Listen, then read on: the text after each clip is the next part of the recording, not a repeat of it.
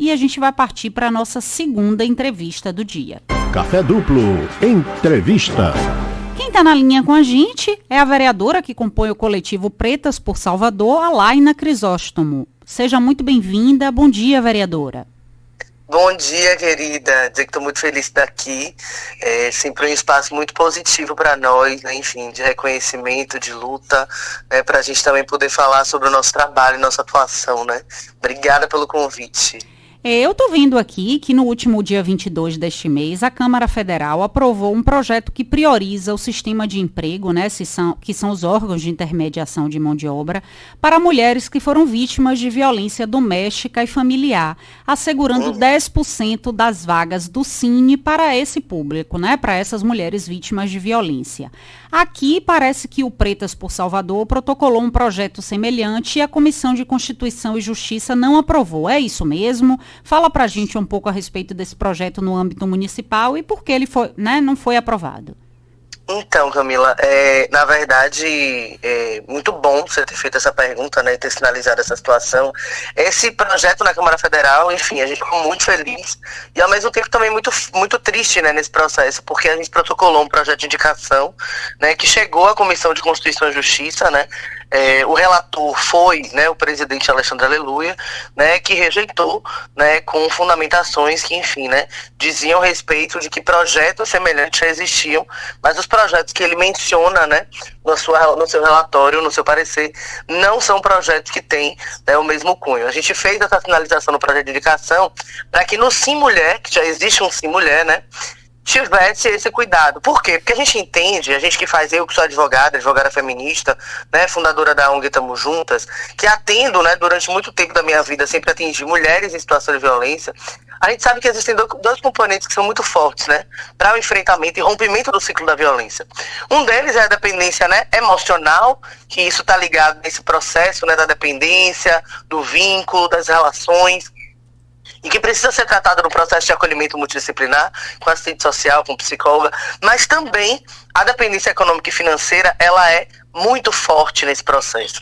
E a gente faz esse debate da dependência econômica e financeira porque a gente entende que muitas mulheres, elas rompem o ciclo da violência, mas mulheres, por exemplo, que têm filhos, né, e que têm mais dificuldade ainda do acesso ao mercado do trabalho, mas também, enfim, né, por uma ausência de política de creche, de estrutura para garantir que essas mulheres consigam se manter com essas crianças, muitas delas voltam ao relacionamento abusivo para garantir minimamente o sustento dos seus filhos. Então, para nós, essa pauta é fundamental. Então, quando a gente protocolou e teve rejeitado por Aleluia, foi uma decepção muito grande. E aí a gente tem falado, né, enfim, desde o primeiro dia que a gente está na Câmara, a gente tem falado do quão é absurdo se falar no púlpito que se defende, né, a Constituição da Comissão de Constituição e Justiça, quando na verdade existe um processo ideológico nisso, né? E a gente questiona isso, né? A gente já questionou isso, inclusive em reunião de colégio de líderes, que aquele espaço da Comissão de Constituição e Justiça, ele precisa ser um espaço que analise constitucionalmente se o projeto pode passar. Não princípios ideológicos, né? Como tem passado, né, outros projetos que ferem Constituição, como a Escola Sem Partido, né? O projeto de Aleluia, que é contra a ideologia de gênero nas escolas. Então, esse projeto de Escola Sem Partido, por exemplo, o STF já pacificou e disse que não pode ter esse projeto em nenhuma das câmaras legislativas do Brasil, porque é um projeto que é inconstitucional, que fere direitos, que fere diversidade. Eu, como advogada, por exemplo, né, derrubei um projeto, né, de lei que tinha sido aprovado na Câmara de Jacobina, né, na minha atuação enquanto advogada. Então, a gente precisa fazer um debate sobre isso, né, porque a gente precisa cada vez mais denunciar esses absurdos e assustadoramente ver como a Câmara Federal conseguiu aprovar um projeto potente desse, mas como a Câmara de Salvador não entende que investir nas mulheres, especialmente as mulheres em situação de violência, pode ser prioridade. Então, não adianta falar de Outubro Rosa, de Março Lilás, de Agosto Lilás, né, de dizer que defende as mulheres, se na prática não existe políticas públicas efetivas para fazer o enfrentamento à violência contra a mulher. Não dá para a gente falar do feminicídio que aconteceu recentemente, absurdo e arbitrário, sem falar sobre a necessidade de urgência de políticas públicas de aprovação de projetos de lei, né, que visem acolher e garantir os direitos humanos das mulheres. Então, enfim, é um debate que para nós é muito caro, né, e infelizmente não tem sido prioritário nesses espaços, né? recentemente na casa, a senhora promoveu, né, esteve à frente aí com o seu coletivo de uma sessão especial em combate à violência política de gênero. O que é que foi discutido nessa sessão especial, né? Que tipo de recado é dado à sociedade, foi dado à sociedade nessa sessão e que atuação, né, o Pretas por Salvador tem na nossa casa na tentativa de combater esse tipo de violência? Então, né, esse termo, violência política de gênero, é algo que foi cunhado de forma muito recente, né? Ele passa a existir de forma muito recente, mas é uma prática que tem acontecido há muito tempo, né? Então, o debate de violência política de gênero, ele nasce majoritariamente com o feminicídio político de Marielle, né? O assassinato brutal da companheira Marielle por ser, né, não só uma mulher preta, mas também uma parlamentar, né, periférica, e que traz bandeiras de luta que estão muito ligadas, né, enfim, a quem sofre a violação de direitos humanos. Então, nesse processo, né, desse termo violência política de gênero, depois dele, enfim, né, cunhado, a gente começa a perceber outras violências que já existiam, como a própria ausência de mulheres na política, como a dificuldade das mulheres falarem nos espaços da política, né, com vários processos de violência de gênero, mas também a gente precisa falar sobre o golpe misógino que a presidenta Dilma sofreu, né?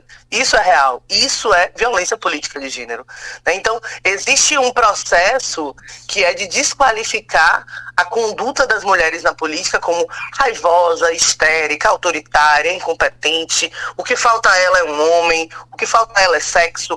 Sempre há uma tentativa de desqualificar as mulheres numa perspectiva de não visibilizar a capacidade para fazer gestão. Então, quando um homem tem, enfim, né, uma decisão, esse homem é determinado, né? Ele é firme, ele é forte. Quando é uma mulher que tem a mesma decisão, ela é autoritária, né? Ela é, enfim, ditadora, ela é agressiva. Por quê? Porque o entendimento é que as mulheres podem até ocupar política.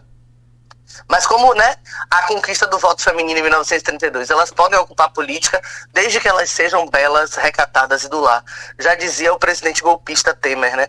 Então, esse processo, né, de bela, recatada e do lar é o que é único possível dentro da estrutura da política. Se essa mulher, ela é sapatão, preta, não aceita ficar calada, e todas as vezes que os homens interrompem, ela grita e expõe esses homens que estão agredindo ela porque não estão permitindo o direito à fala dela, ela vai ser o quê? Ela vai ser a raivosa, ela vai ser a histérica, ela vai ser a mimizenta, a problemática, né? Eu já ouvi de vereador na casa, enfim, né, que deu entrevista depois, não vou citar nome, de chamar a gente de chiliquenta, menina chiliquenta histérica.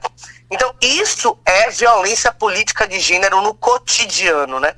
É o extremo, que é o feminicídio político que Marielle sofreu, mas que tantas outras companheiras seguem sofrendo ameaça, como Thalíria Petroni, como Beni Brioli, como Érica Hilton, né? Como tantas companheiras, Samara Sóstenes, Caroline Yara, companheiras que têm sofrido ameaça, inclusive de ter medo de estar na sua casa, porque recebeu tiro na sua janela. Então, esse processo da violência política de gênero começa desde o silenciamento, da ausência da participação, da ausência de investimento dos partidos políticos para candidaturas de mulheres, e chega ao extremo, né? Pode chegar ao extremo, como o impeachment, que não foi impeachment, foi golpe, mas também o feminicídio político de Marielle. Então, o debate nessa sessão foi um debate muito rico, né? E a gente contou, né, com algumas companheiras que, enfim, têm construído a política em outros lugares, né? Como Jus Cardoso, vereadora de Alagoinhas, como Luciana Tavares, vereadora de Lauro de Freitas.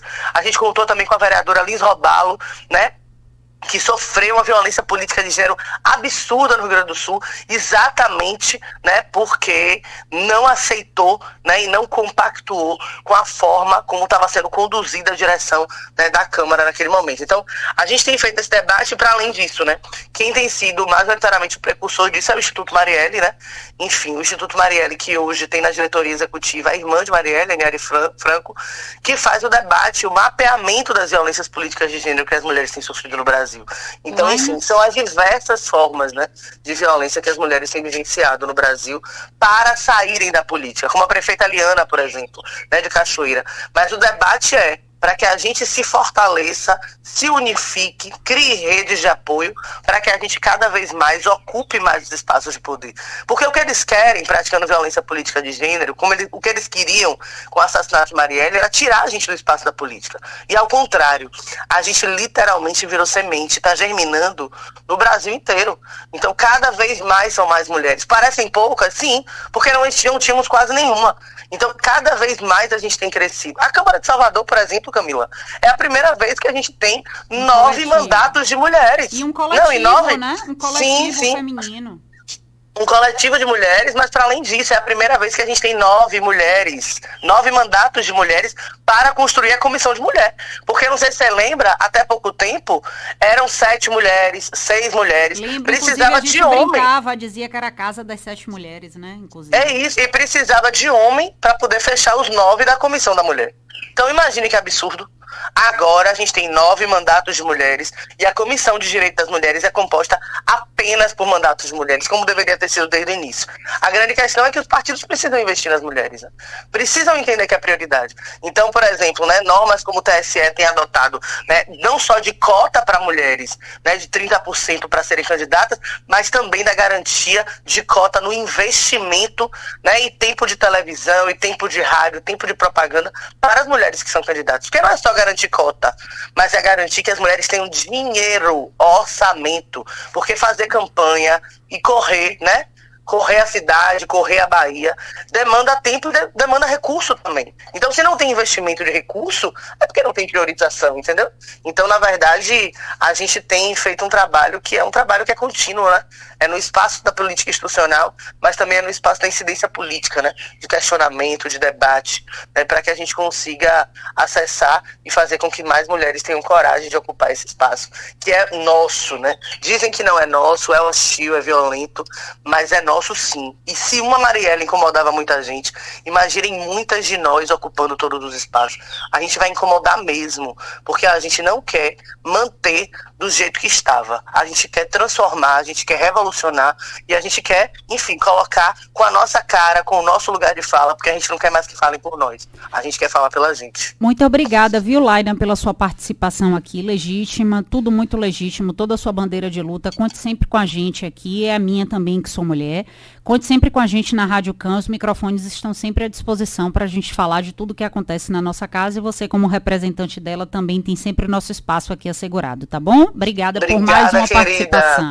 E parabéns aos servidores públicos, né, enfim. Dia 28. Essa TV e Rádio Câmara, né, que, enfim, atua tão fortemente com a gente, né, essa semana, que é uma semana para a gente debater também isso, a garantia de um serviço público de qualidade. De mais qualidade, para que as pessoas, pois é, né, e respeito aos direitos trabalhistas, mas também aos direitos humanos. É isso, tamo juntas demais, viu? Obrigada.